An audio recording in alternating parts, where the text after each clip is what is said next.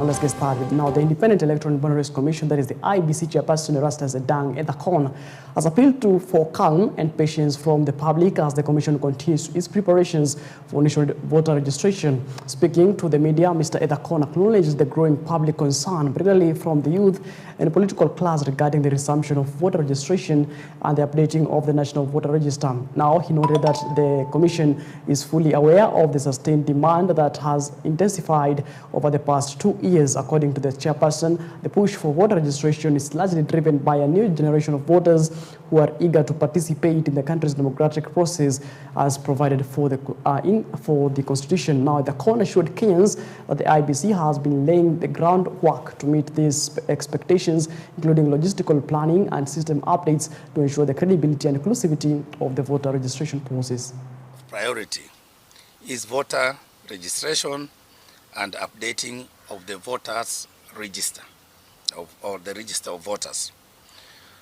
Over the past 2 years, ladies and gentlemen, IBC has taken note of the sustained demand, particularly from Kenya's youth and the political class, on the resumption of voter registration and updating of the register of voters.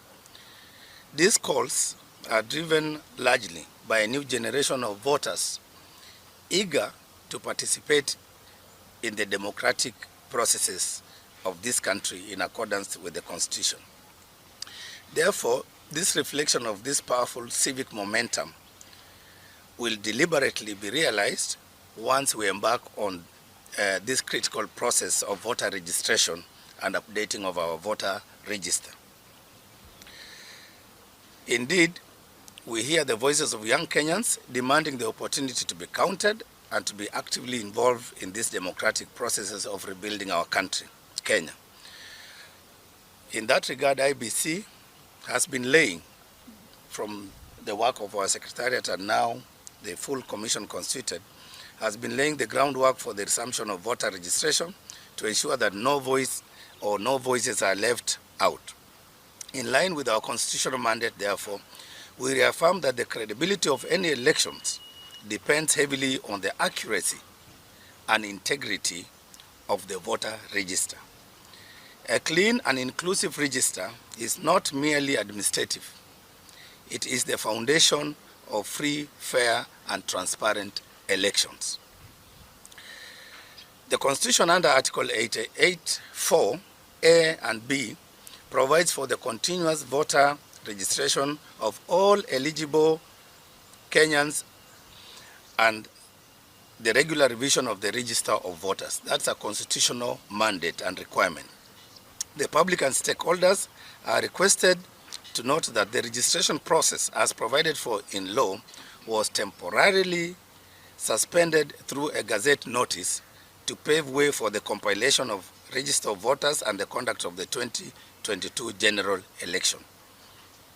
Afterwards, it became legally inappropriate or difficult to resume the voter registration process owing to the absence of the chairperson and members of the commission. It's a requirement that the commission duly constituted is the one that takes that decision to resume the registration of voters.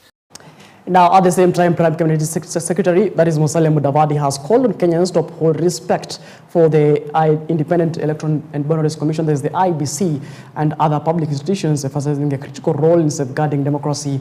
Now, speaking at the Masai National Polytechnic in Kajiado Central during an economic empowerment event, Mudavadi urged citizens to give the IBC time and space to carry out its constitutional mandate, especially as the country prepares for the 2027 general election. The Prime Cabinet Secretary warned against attempts to discredit institutions for political gain, saying that weakening key bodies like the IBC could undermine national unity and the credibility of future elections.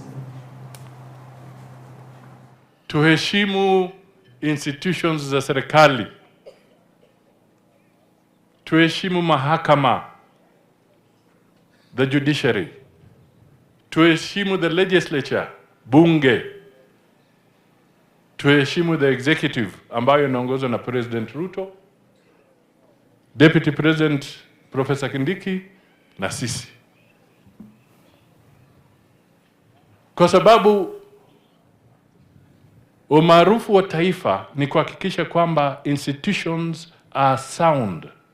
Critical institutions of the nation must be defended, protected.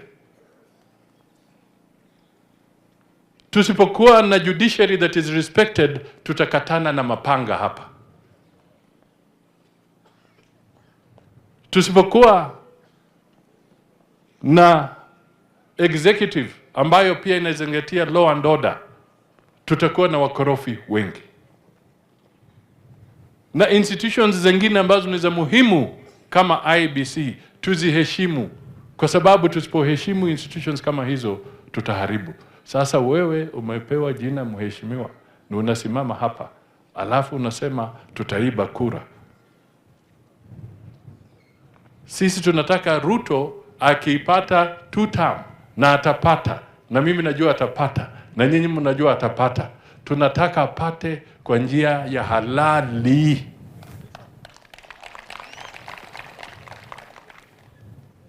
Hatutaki hii porojo wanasiasa kusema itakuwa hivi ataiba. You are discrediting President Ruto. You are discrediting IBC. Mambo ya post-election violence ambayo nimesema kwa point yangu ya kwanza, vurugu na fujo baada ya uchaguzi ilitupotezea watu 1,400. Hatutaki vurugu kwa kura za Kenya. Kwa hivyo, let us not undermine those institutions. Hatutaki tena tuwe na IBC. Chebukati anatangaza kwa Bombers of Kenya, na kuna wengine wako Serena wanatangaza yao, ambayo si halali. Hiyo karibu ichome nchi, na nyinyi mnajua hivyo. Tusirudi hapo. We must have one united, respected IBC, serving all the people of Kenya, not serving the government of Kenya, and not serving the opposition of Kenya, but serving all the people of.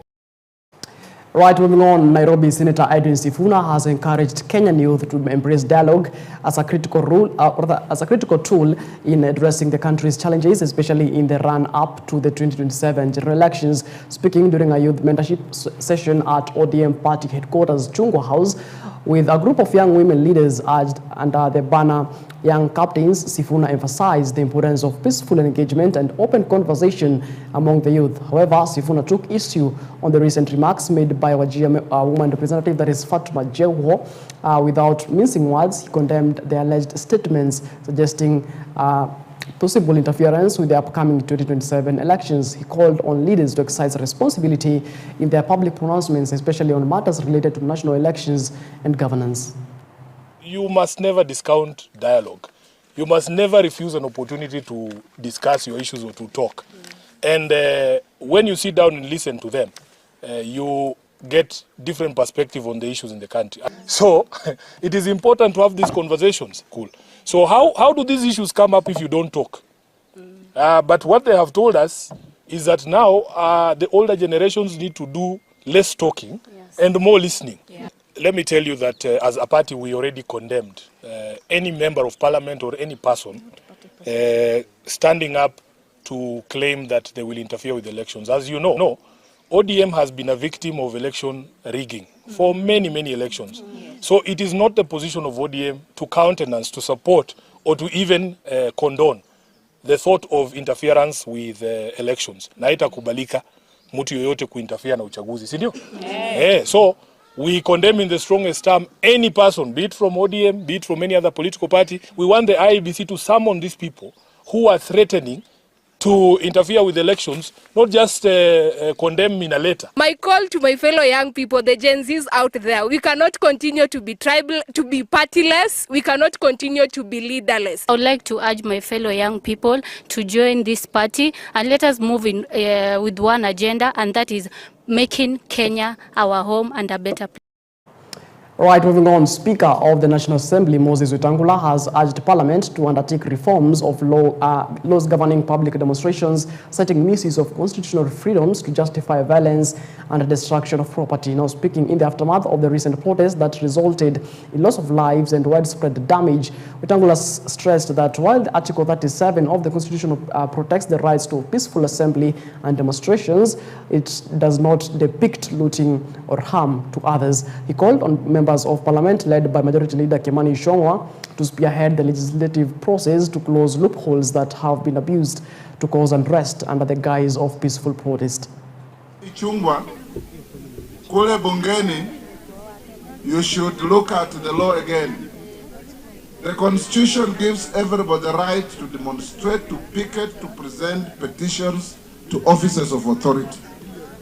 There is no law in Kenya that gives anybody authority to riot, to destroy property, to rape women, to kill people, and do all the negative things we have been seeing. Kule Uingereza, ukiitisha maandamano, the government holds you responsible for the consequences. Na tunataka hiyo pia ikuwe hivyo hapa. Wale wanaambia hawa vijana wetu kwenda kupiga mawe nyumba za watu, watoto wao wako ngambo, wanasoma ngambo. Mumeona ule mtu ya Wamunyora amemaliza, ameenda Amerika. Na ajabu ni kwamba ametoka hapa Kenya anaenda Amerika kusema anaenda kuongea na wandu wa nyumba. Now, the Kenya Kwanza leaders have issued a stern warning to individuals alleged, or rather allegedly being behind the funding and organization of the recent wave of anti-government protest, vowing that all responsible parties be arrested and prosecuted regardless of their political standings. Speaking during a women empowerment event in Bureti constituency, the Senate Majority Leader Aro Jeriot, National Assembly Majority Leader Kimani Ichung'wah, and Majority Whip Silvana Sosoro emphasized that no political influence will shield perpetrators from legal consequences. The leaders claimed that some of those financing the demonstrations had already begun hiring lawyers to defend individuals arrested during the unrest. They condemned the violence and property destruction witnessed during the protest, insisting that such acts threaten national stability and violate the rule of law. Wewe upange vita, ulipie watu mawakili wenye wamepanga vita, wakishikwa useme wanakuwa persecuted. Criminality is criminality and it does not matter.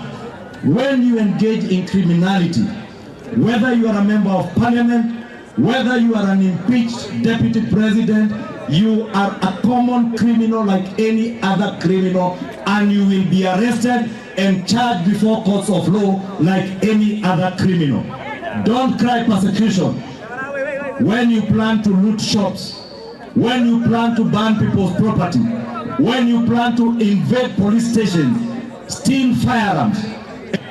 Unajua hiyo mawiki imepita, kuna washenzi walikuwa wamejikusanya pale Nairobi, wanafikiri ati hao peke yao ndio wako na maoni. Hata sisi ni Wakenya na tuko na maoni pia. Ninyi mnaweza sema yenu ni one term, lakini Wakenya dunia mzima wanasema William Ruto apewe ngapi?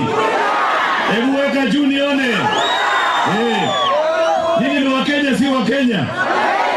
Hawa ni Wakenya bwana. Usifikirie ati hawa ni Kongolezi wamefika jana na basi ya usiku. Hawa ni Wakenya na wako na maoni pia.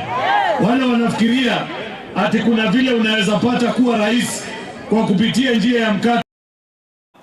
Now, a section of women leaders affiliated with the United Democratic Alliance, that is the UDA, has called for unity within the party's Mombasa leadership, warning that growing internal divisions could derail the party's momentum ahead of the 2027 general election. Now led by Ms. Fatma Barayan, the chairperson of the Youth Enterprise Development Fund Board and a vocal UDA member, the leaders accused the Nyali Member of Parliament, Mohammed Ali, of sowing discord and undermining party's cohesion through divisive politics. The ruling party has been facing internal wrangles in Mombasa, with members aligning themselves with their MP Mohammed Ali, or UDA Secretary General Hassan Omar, once allies turned political rivals. Now, Ms. Barayan called on MP Ali to relinquish his position in the Parliamentary Service Commission, saying it was a product of party goodwill and regional balancing, not individual merit alone.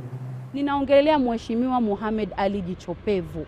Mheshimiwa Mohamed Ali, wewe umechaguliwa na watu wa Nyali, lakini vile vile wewe ni commissioner katika Public Service Commission.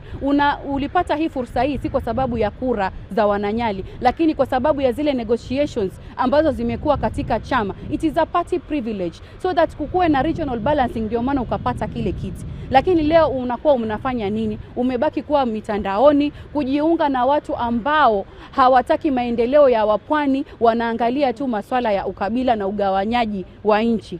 Sisi kama wana UDA tunasema kwamba chama bado kiko imara. Juzi umetuma proxy wako, because let us just call it as it is. It is a proxy war. Tunajua kwamba umetuma yule mama pale ukaongelea kuhusu masuala sijui chama hakipo, chama hakinini. Chama kiko imara. Tulikuwa na grassroots elections, tuko na structures county zote 47. Na hivi punde tunaenda kufanya zile ward elections. Mohamed Ali ameendelea kujiunga na yule aliyekuwa naibu wa rais Rigiji. Na anajua wazi, yeye mwenyewe anajua, mtu ambaye mara ya kwanza alikuwa akisimama kwa jukwaa na akiongelea vile state road ilikuwa. Kwa nini sasa anajua kwamba huyu hana capacity yake ni kuharibu tu hii nchi kupitia masuala ya ukabila?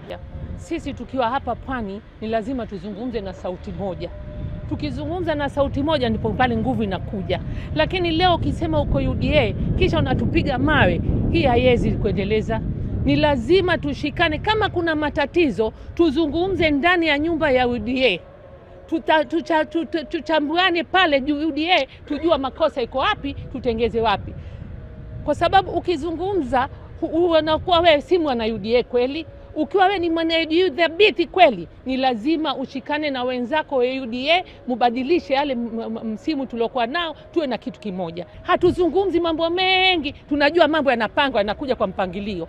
Kwa hivyo tuongoje mpangilio, tusiwe na haraka. UDA ni Hassan Omar. Kwa hivyo Mildred Odinga hatutakupatia ruhusa ya kuharibu jina la Hassan Omar. Kwanza kabisa, umesema chama kimekufa Mombasa, chama cha UDA kimekufa Mombasa. Wewe unajiita presidential coordinator. Katika kituo chako ulipata kura moja. Kila siku unatutolea mavideo na wamama kadhaa ukitusi viongozi. Hao wamama mbona hawakukupigia kura? Mbona ulipata kura moja katika kituo chako? Kina mama wamefanywa empowerment na Hassan Sarai. Vijana wamefanywa empowerment na Hassan Sarai. Wewe Mili, kila kukicha wewe utaingia kwenye habari, leo utasema hili, kesho utasema hili. Now, Jovu Member of Parliament Badi Twalib has called for an increase in budgetary allocation to the judiciary, saying the move would help improve service delivery and ease the growing backlog of cases in courts across the country. Speaking after visiting the High Court and Qadhi's Court in Mombasa earlier today, the legislator emphasized the urgent need to strengthen the judiciary through enhanced funding and better remuneration for the judicial staff. He noted that additional funding would not only boost the efficiency of court operations, but also help combat corruption within the justice system. Na leo nimekuja hapa kwa Chief Kadhi ili kwanza kuja kupeana pole zangu rasmi kwa ofisi baada ya kifo cha Chief Kadhi cha juzi. Na nimekuja hapa kwa kutafuta huduma binafsi, na nashukuru nimepata huduma hapa kwa Chief Kadhi. Leo nimeona watu wengi sana kutoka asubuhi, na kabla hapo nilienda mahakama kuu pale pia nikapata watu wengi sana. Kwa hivyo kama mjumbe nachukua fursa hii kutoa sauti yangu mimi kusema Parliamentary Budget Committee, bunge ni muhimu sana liongeze fedha katika idara ya mahakama. Judiciary ni muhimu sana waongezewe pesa, kwa sababu backlog ya kazi ziko nyingi sana hapa Mombasa, Nairobi, Nakuru, Kisumu na sehemu nyingine nyingi sana. Inaonekana kwa si jambo la kuzungumziwa kwa watu wengi, kwa vile huwa hawafikii kwenye mahakama kuja kuangalia hali hii. Lakini leo nataka kutoa pongezi kwa Mama Martha Koome na kusema kuwa ile kazi ambayo wanaifanya transformation ya mahakama katika kila mahali. Kwa hivyo mimi mwenyewe binafsi nasema, namweleza mwenyekiti Mheshimiwa Atandi wa Parliamentary Budget Committee, kwa sababu nikizungumza haya mimi kwa awamu 1.5 nilikuwa member wa Parliamentary Budget Committee, sasa niko Transport Committee. Kwa hivyo tulikuwa tukiona kina Maraga wakati ule wakija wakilia kufight kwa budget zao, na hivi sasa tumesikia mahakama ikilia juu ya kutaka nyongeza. Kwa hivyo tunatoka mimi binafsi kama Mheshimiwa Badi Twalib kusema kuwa naunga mkono mahakama iongezewe fidia na zile cuts shahara pia yao ikiangaliwa vizuri labda ni duni. Kwa hivyo katika kutoa huduma na kupata pesa nzuri inazuia mambo mengi ambayo watu wengi hawayaelewi. Wasipopata pesa ya kisawasawa ndio corruption zinakuja katika mahakama, kwa sababu mtu anaenda nyumbani hana kitu na kuna mwingine amuonyesha kuna kitu hapa, utapata mkate wa kuwapa watoto. Kwa hivyo ni muhimu mahakama zithibitiwe vizuri.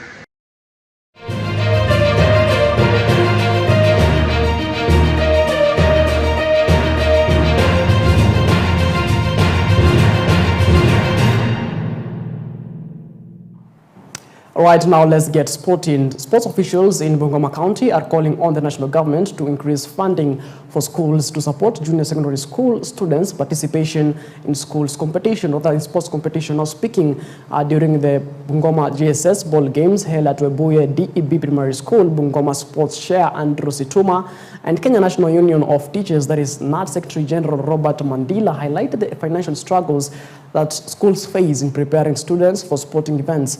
The officials noted that despite the enthusiasm and talent shown by learners, many schools lack the necessary resources to train, equip and transport their teams to competitions. Tumeona mchezo imepanda kabisa na ni vizuri challenges ziko hapa na pale. Tuweze kusema kitu ya kwanza, ningeomba serikali iweze kutufadhili vizuri, kwa sababu tuna timu mbili ya primary na ya junior. Licha ya hayo yote, sisi tunapenda watoto wetu, tunakuza talanta mzuri. We want our children to excel in various talents. Otherwise, we have also realized that our games are being interfered with parents. I want to urge that at any one time when we are playing, we allow our learners to play. These games are meant for students, not parents. Bungoma inajulikana kwa sababu actually that is the home of champions. Watoto wetu wako tayari na wanafanya mazoezi, walimu wanachitolea, na nataka kuhakikishia kwamba hata mwaka huu Bungoma yetu itaonekana mahali kwa kitaifa, na pia labda hata wakati wa East Africa Bungoma itakuwa na timu pale. Tunaomba serikali iweze kutuongeza capitation upande wa michezo, kwa sababu huu mfumo wa CBC unataka tuweze kukuza talanta, and we cannot do that without enough funding. We request the government when they are doing the capitation, we put a little bit more money towards games or co-curricular activities, so that we can have we can be able to identify and nurture talents. Remember, tuna hii kitu inaitwa talanta hela, pale ambapo watoto sahihi wakicheza michezo yao itafanya waweze kuishi, wakule angalau maisha yao, waweze kusurvive kwa sababu ya talent. Kwa michezo mamluki iko wale ambao wanafunzi wanakuja kucheza and they are not of the right age. Remember, our games are age based at every level. In primary, we want those ones who are 12 years and below. In junior school, we want those ones who are 15 years and below. Unfortunately, it happens that kuna wale ambao wanajitokeza wanafanya ukarabati, alafu wanaleta watoto, wanachukua vitu za mwingine, wanachezea what we call as impersonation. Lakini sisi kama walimu, mimi kama mwenyekiti niko na timu ambayo tunahakikisha ya kwamba kila kitu iko sawa. Mambo ya junior school, kila county itapeleka kila discipline teams mbili kwa region. Yes. Na hiyo tulikubaliana, hakuna kubadilisha mahali popote. Na kama haitakuwa hivyo, sasa michezo hii haitachezwa kwa region, will be there to stamp our authority as unions. Yes. We were there, Kupet and Anat, and we agreed on that. Yes. So we are saying teams of position 1 and position 2 in all disciplines in junior school will proceed to the region. Right, moving on, the Harambee Stars are set to travel to Arusha, Tanzania to participate in the CECAFA Four Nations tournament as part of the ongoing preparations for the 2024 African Nation Championship, that is CHAN. Kenya's national team will kick off their CECAFA campaign with a highly anticipated match against regional rivals, the Uganda Cranes, scheduled for Monday. In training sessions lead up the tournament, head coach Benny McCarthy has been working intensively to with the squad to sharpen tactics and boost team cohesion. Midfielder Ben Stanley expressed confidence in the team's readiness, highlighting the importance of tournament in building momentum ahead of the CHAN 2025. The CECAFA tournament will provide a valuable platform for the Harambee Stars to test the strategies and player combinations against strong regional opponents as they aim to perform strongly in the upcoming continental competition. Yeah, no, listen, it's been a really good camp. Very happy with what I've seen from most of the players. Of course, we still have another 2 more weeks, I think, before the actual tournament starts. So now you kind of just want to focus on getting the team organization and establishing who's going to be the first 11 and that, but fitness levels and the quality and the tactics that we've done so far, yeah, very happy with what I've seen, and I think the team will definitely have the ability to make the nation proud. No, not yet, but we are very, very close to that, because obviously, as you know, as the days go by, training sessions intensify, and then players starting to pick up knocks and injuries, so you don't want to be too confident that you don't. So the more we can bring in players to try and see how we can help the boys who's got some injury niggles and stuff before we make a decision on the final 23-man squad.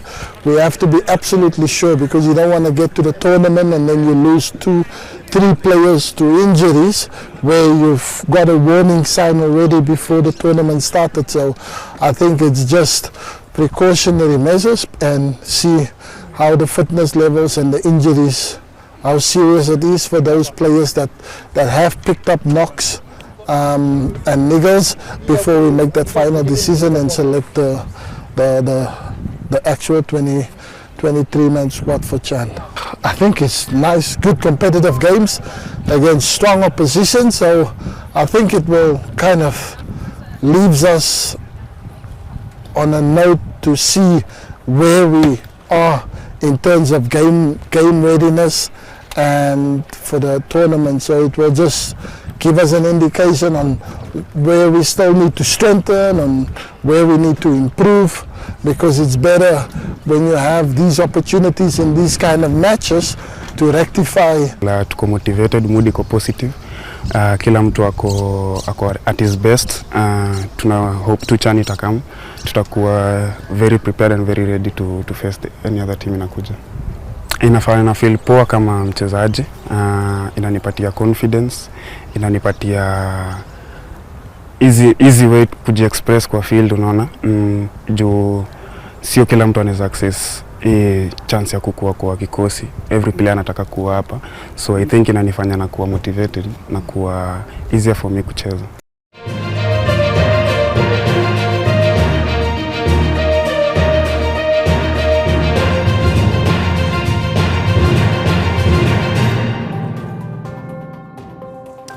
All right, it is exactly 33 minutes past the top of the hour. That's not to wrap up our program here on EBN Weekend Edition.